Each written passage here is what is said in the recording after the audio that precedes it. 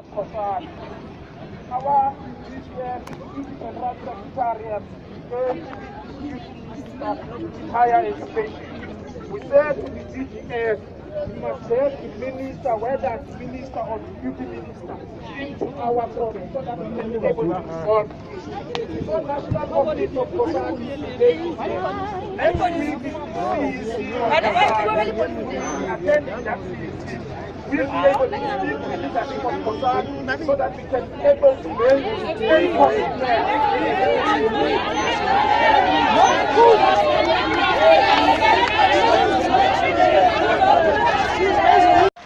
Ladies and gentlemen, please let's welcome members of the Government Provincial Administration and they have been led by the Chief of the Majority Party, the Delegate.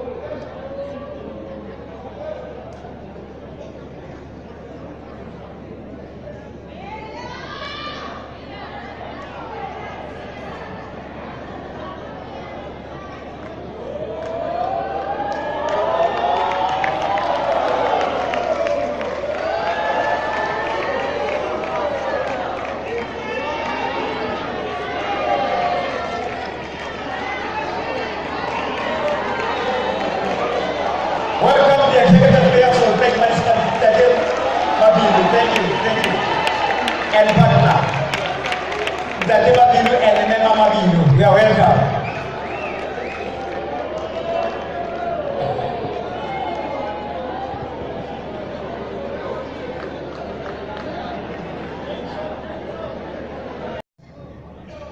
LP Taleti and partner. Let's give them a round of applause for their action to the table. LP Taleti, remember Taleti and Rama Khaira. Thank you.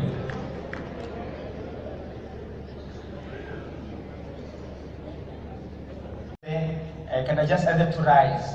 Ambassadors and consul generals, can I just ask them to rise? There they are. Thank you very much. The Honorable Premier will acknowledge them in her address. Thank you. I'm just now waiting on the procession of the Speaker, which is led by the Sergeant at Arms, followed by the Speaker, Deputy Speaker, Honorable Premier, and the provincial staff to come closer. Then I'll introduce them and hand over to the Sergeant at Arms. Thank you. I'll be back very soon.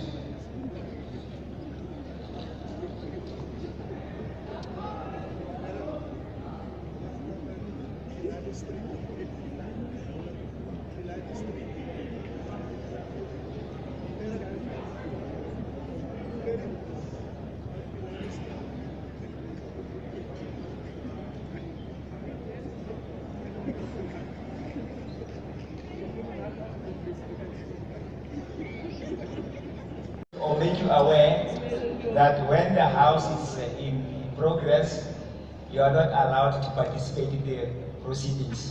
You will not be allowed to play dance, nor participate, whatever that will be happening here, it will be the business of the house. So the clapping of the hands will end just before the house commences. We are preparing ourselves to receive the official procession.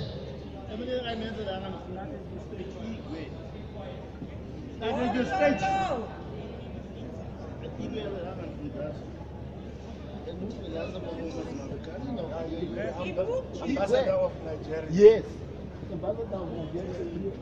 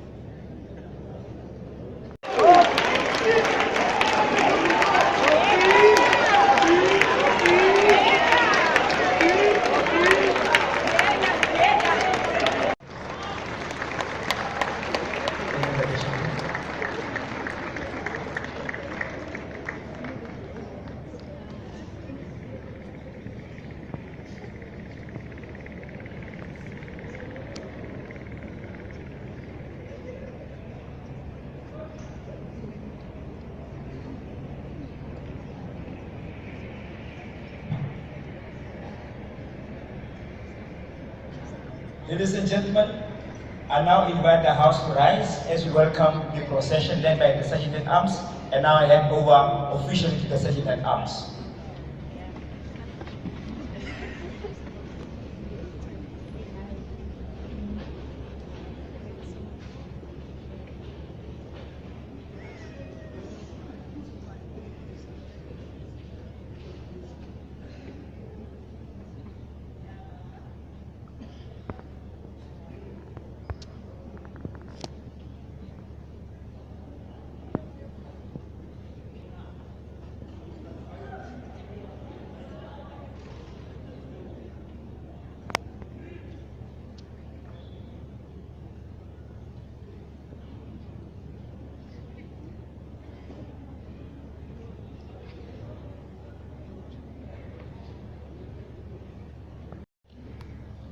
This marks the commencement of the sixth session of the fifth legislature, or the fifth administration.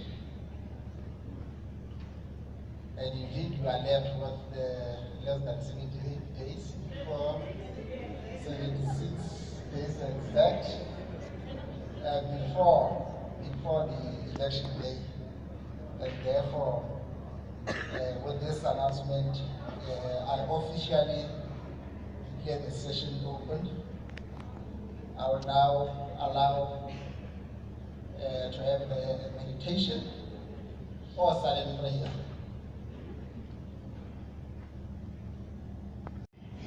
Besides Jebelsfontein, the other one. Spoegrivier, Subatsfontein, Jebelsfontein, Rooifontein, Kamasis, went to all of that areas. We went there during our term. We have interacted with a multitude, and I'm sure some of you never heard their names. Some of the people in this place never knew that we are actually having the ocean next to our province. So we took them to Port Nolloth and to Queens here. We showed them there is the Atlantic Ocean next to our province. That is what we did. We have interacted with a multitude of communities. No problem being too big or too small to listen to, and seek a lasting and valuable solution for it. Be it someone coming say, hey, die een ook sê vir my in Lockston, Jacob, lei lewens af met die mense. Môre verkoop hulle die stoele, die tafels. Ek het eers 'n kooi nie, maar Jacob sit 'n skewer hulle stoele en tafels. Toe gee ons 'n kooi. Nou slaap jy daar. Sê leefetjie rus. Ander kom het gesê met een van ek jy bed gebring het. Pyn hierdie heupie meer so nie hoef nie meer met die syne by die kliniek te gaan. So, that is what we've been doing, because we realize our people are not poor because of their own doing.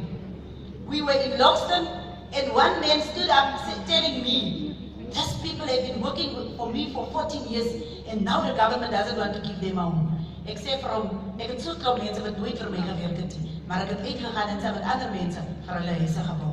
Hoe vir hy manne is, het Mr. Joe. So, the general needs expressed during these programs was housing, student financial aid, dignity pact programs for boys and girls, food security, and generally unblocking service delivery challenges. This Executive Council outreach program of provincial government has been a very great source of relief for our communities, and we hope that the next administration will just continue on that path in the future. We just decided to change the way we approach communities, and I must say it's working. Although you cannot reach everyone, but at least we reach the majority of people. Ladies and gentlemen, as I reflect on industrialization and the global phenomenon of the fourth industrial revolution, which is set to radically and fundamentally change the way we work and live, it leads me to think about the Northern Cape province during the second industrial revolution. Mineral discoveries marked the beginning of the industrialization of South Africa's agrarian economy. With the discovery of diamonds in the late 19th century, Kimberley became an industrial hub with a flourishing market not only in terms of employment opportunities, but also in meeting the needs of the growing population. It was during this time that the trend of Kimberley as a city of firsts became entrenched. It was at this time that we housed South Africa's first stock exchange, the Kimberley Royal Stock Exchange, the first town in the Southern Hemisphere to install electric lighting, street lighting for that matter, the first direct dialing telephone, the first school of mines, which was later relocated to Johannesburg, becoming the core of the University of the Witwatersrand, the first school of aviation, the first professional nursing academy. Robert Sobukwe started the first black-owned law practice firm in Galshiwe, and more recently, it is the first province to develop spatial legislation. The apartheid era started this progressive trend and left as the legacy of the people. So, Honorable Speaker, ladies and gentlemen, we are left with the legacy of the Beagle. And what does the Beagle offer us? Okay, it's a tourist attraction. It's fine. The Northern Cape is correctly placed to once again lead another industrial revolution. Innovation in terms of industries, sectors, and entrepreneurial opportunities must be approached by embracing the fourth industrial revolution. This will be crucial not only to advance opportunities in new sectors and diversify the economy, but also to overcome the numerous challenges we face. In this regard, we are also guided by the recently unveiled stimulus package released in 2018, as well as the Job Summit Framework Agreement. This recovery package has several broad elements to it, namely the implementation of growth-enhancing economic reforms, reprioritization of public spending to support job creation, the establishment of an infrastructure fund, addressing urgent matters in education and health, and investing in municipal social infrastructure. Honorable Speaker, we have introduced a variety of interventions regarding both short-term and long-term benefits to address the commitments made in terms of job creation and economic growth. Employment has picked up since 1994, but we need to innovatively do more to address the challenge of meeting the target of 24 million employed by 2030. In terms of job creation, the results of the quarterly labor force survey for the fourth quarter of 2018 released by Stats SA revealed that the Northern Cape unemployment rate declined from 27% to 25% in quarter 4 of 2018. This is the lowest unemployment rate in 5 years. Year on year, the unemployment rate declined by 2.1 percentage points and a quarterly decline of 2 percentage points. In order to address the aspect of unemployment, poverty and inequality, there is an urgent need for government, labor and industry to radically transform the economy by promoting the manufacturing sector and diversifying the economy. The labor-intensive nature of manufacturing is captured within a number of government documents to provide us with the necessary policy directive in this regard. It includes the New Growth Path, the National Development Plan, and the Industrial Policy Action Plan. The NDP has called for the diversification of the economy away from its centuries-old reliance on mining to ensure the country's re-industrialization, thereby creating new job opportunities. We need to focus our efforts within the manufacturing sector which can create jobs whilst also promoting economic growth. The manufacturing sector, however, has shared about 25,000 jobs and is now employing almost 400,000 fewer people than at the start of 2008, the most recent peak. Moreover, the sector's employment intensity, that is the number of jobs per 1 million rand of real GDP, has been declining steadily for a prolonged period, reflecting its diminishing labor absorption ability in a highly competitive global manufacturing era. It is, however, interesting to note that year-on-year changes show that gains in employment were mainly driven by the mining and manufacturing sectors. The mining sector employs 27,000 people compared to 23,000 people in the previous quarter, at an increase of 2,000 year-on-year, thus indicating that the mining sector is gaining momentum due to recovery in commodity prices. The manufacturing sector currently employs 17,000 people, which is the highest number recorded for this sector. This indicates that the manufacturing initiatives implemented in the province are slowly reaping benefits. In the past 10 years, more than 193,000 work opportunities were reported on the EPWP reporting system. Provincial departments reported 140,519 work opportunities, while municipalities reported 53,390 work opportunities. To ensure economic growth that will lead to increased development and prosperity for the people of the Northern Cape province, a conscious effort is required to change the economic trajectory of the province. To achieve this, the following growth paths have been identified. The innovation and knowledge economy, the provincial economic colloquium that took place in July 2018 under the theme Advancing Socio-Economic Development through Innovation and Investment in the Northern Cape was a great success, with roundtable discussions held to gather knowledge and inputs from experts, academia, businesses, potential investors and government stakeholders. These inputs will contribute to the development of the economic blueprint for trade and investment and to an investment booklet to encourage investments in the Northern Cape province. Key resolutions emanating from the economic colloquium include the establishment of a provincial innovation forum. The forum will engage all stakeholders, in particularly the youth, in improving integration of research and development as well as innovation into everyday economic and social life of Northern Cape communities. That's all. Plaatjie-universiteit has agreed to be the convener of the forum, and the proposal has been submitted to CSIR for funding. Already 8 letters of commitment have been received in this regard. Honorable Speaker, the SKA is a key game changer in the knowledge economy. The SKA Cornea Kanavan will be supported by satellite stations in Botswana, Ghana, Kenya, Madagascar, Mauritius, Mozambique, Namibia, and Zambia. Together, the combined collecting area of these antennas will be roughly 1 square kilometer. The SKA will be one of the largest scientific research facilities in the world, and it is envisaged that it will consolidate the Southern African region as a major international hub for astronomy and cutting-edge technology. The best thing about this sort of development is that they push the boundaries of what people think is possible. It is central to the business of the country. Space is a natural innovation driver. It can also be used as a tool for training and skills in different areas. At the moment, we do not have the technological capabilities to realize the kinds of things that we want the SKA to do. The need for the production of new electronics and software has the potential to revolutionize manufacturing in the province. The meerkat can be seen as an innovation and technology platform for our future generations, at the same time advancing research and development in the province. As an international collaboration, the SKA is also sponsoring mathematics and science teachers in the Northern Cape and creating great excitement and interest in the fields of science.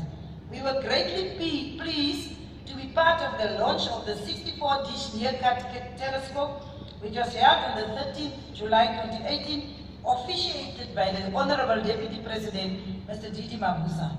The role that the province played throughout the development of this mega science project hailed as the most sensitive radio telescope in the southern hemisphere, has not gone unnoticed. Through this project, we currently have 10 learners from Carnarvon High School participating in the SARAO undergraduate bursary program. Of the 1,054 students which have been trained under this program between 2016 and 2018 respectively. In terms of this, 6 students are enrolled in the Plaatjie-universiteit. The electrical artisan training program at Clairefontein is ongoing. In total, 73 people are enrolled for artisanal training. Training at this facility is open to learners from anywhere in the Northern Cape, and it's fully sponsored. Plans are at an advanced stage for the establishment of the Carnarvon Science Exploratorium, the cost of which stands at about 62 million. The initiative aims to leverage off the SKA project to create a visitor center that equals other world-class facilities of its kind, showcasing the SKA science in a very user-friendly environment. It is estimated that with that, 102 permanent jobs will be created. A key component of our agricultural sector is food security. It is critical not only for food security, but as a sector with great growth potential, especially with regards to agro-processing that is now growing faster than that of the manufacturing sector as a whole and making a significant contribution to employment. 2 specific areas of opportunity have been identified, and that is now the marijuana or the hemp and the liquor industry. South Africa is already a major player in the international liquor economy, yet there are substantial imports of spirits. Given that the country has the skills and grows the ingredients to produce brandy, whiskey, tequila, and similar liquors, there is an opportunity to capture local expenditure on spirit. Legalizing the growing of marijuana or hemp for medicinal and textile and possibly recreational use is seeking market of the road. Purpose to support small-scale farmers, many of whom may be familiar with these crops.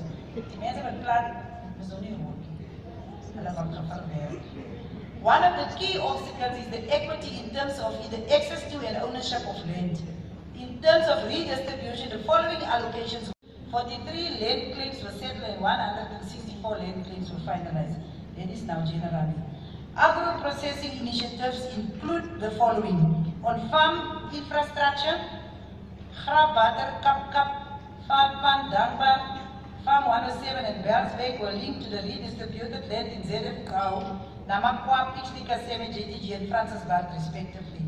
Other key projects include the Namakwa irrigation development, Rooibos, Van der Kloof fisheries, farmhouse revitalization, and the vineyard development scheme. The severity of the current drought has re-emphasized the importance of a vibrant and sustainable agricultural sector. Yet contrary to the past decade, where performance was supported by factors such as the commodity supercycle, progress in the coming decade will have to be achieved in an environment of weaker economic growth and lower commodity prices, mainly through increased productivity.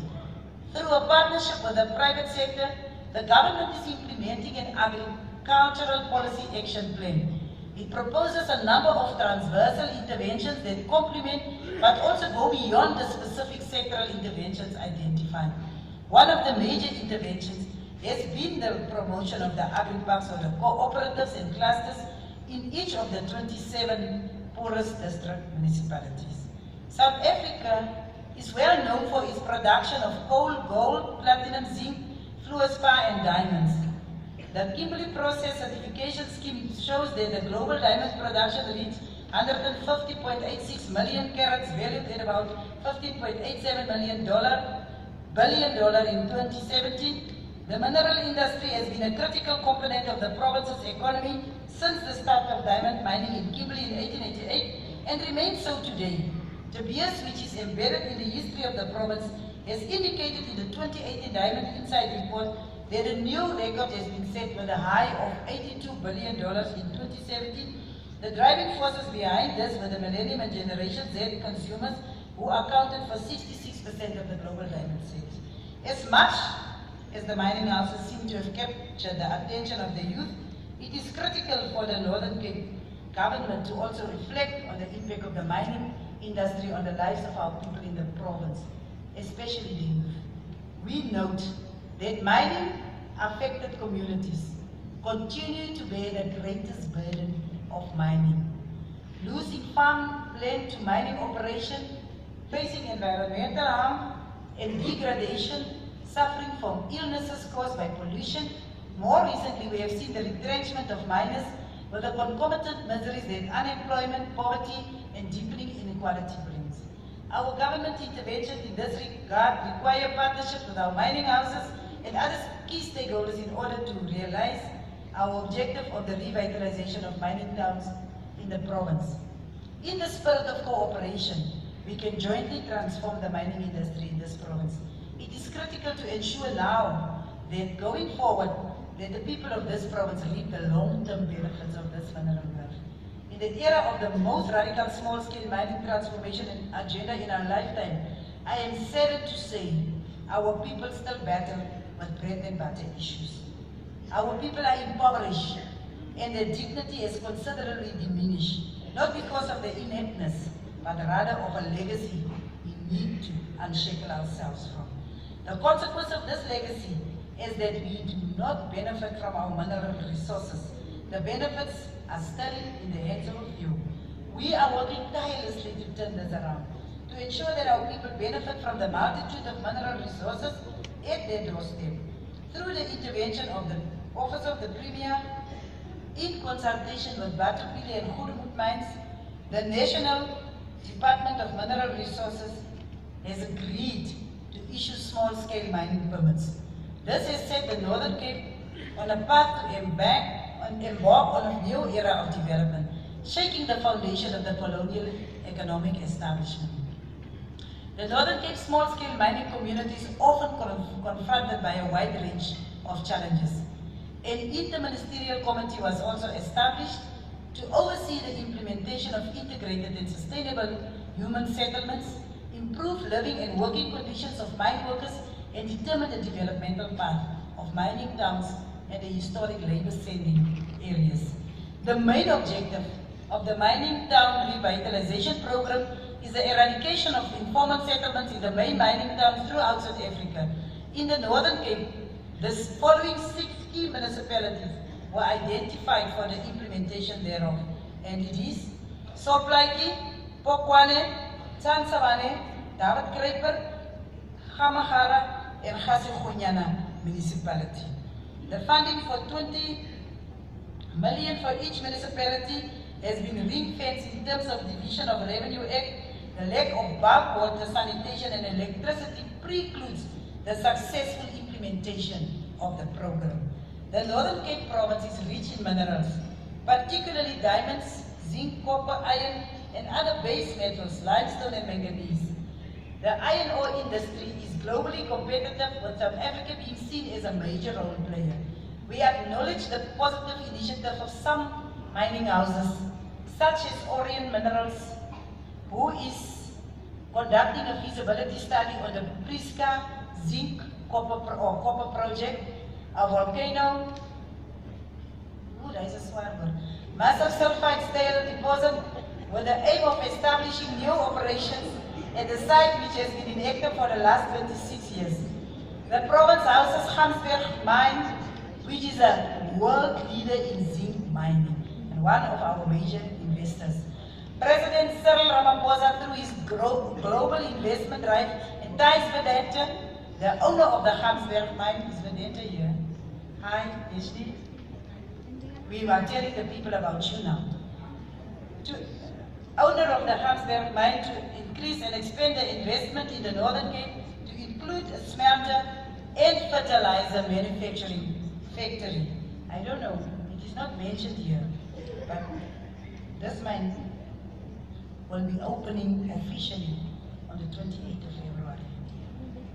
This coincides with a commitment towards developing the Boegoebaai Deep Port Harbour, the Gamsberg mine, and related industrial investment warrant the development of a bulk corridor that will strategically link Boegoebaai, the Aggeneys Vedanta investment in Gaima, Upington Agriculture Hub and Airport, and Grobler's work for iron ore and manganese ore. Although this bulk corridor industrial park and SEZs can be considered to enable the bulk carbon collection nodes, for instance, the Gamsberg zinc and fertilizer nodes can be promoted with Boegel and Appington for SEZ status, Vedanta has already invested $400 million in the development of the first phase of the Gamsberg mine, which produced its first finished zinc concentrate late in 2015. The company is also undertaking a feasibility study to construct a greenfield smelter and refinery at the mine. We are greatly encouraged by Vedanta's progressive initiatives to lead mining in the province into the fourth industrial revolution by building a digitalized mine from scratch at Gamsberg operation. Vedanta's digitalization vision will be the flagship of Vedanta's South Africa and Namibian operation. This vision will be realized in partnership with the digital industrial company GE South Africa. This initiative will ensure that all available information about, amongst others, the state of the mine, the quality of the ore, the conditions of production, and value of the output is readily available for immediate decision making. The skills transferred to the youth employed out of the surrounding communities will empower them for a new era in the mining industry.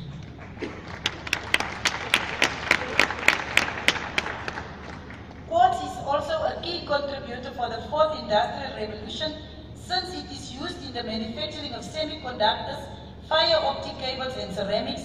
Fused quartz is a material of primary importance since it advances the efficiency of solar power devices. Quartz glass is used in many facets of photovoltaic cell manufacturing, in light sources, reaction chambers and tools used in the production of solar cells, thin films and silicon wafers. Test work at Rimfasma has revealed so far that the silica content is as high as 99.98% on some occurrences.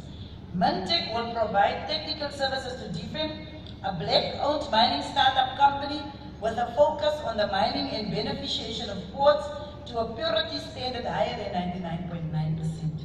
Opportunity exists for the development of a minerals processing and beneficiation plant for high purity quartz for use in advanced high technology appliances in South Africa. The Kija, to date more than 406 learners were trained in MQA accredited courses, 17 MQA levels, 4 students of which 8 for volunteering and 7 for cross-working.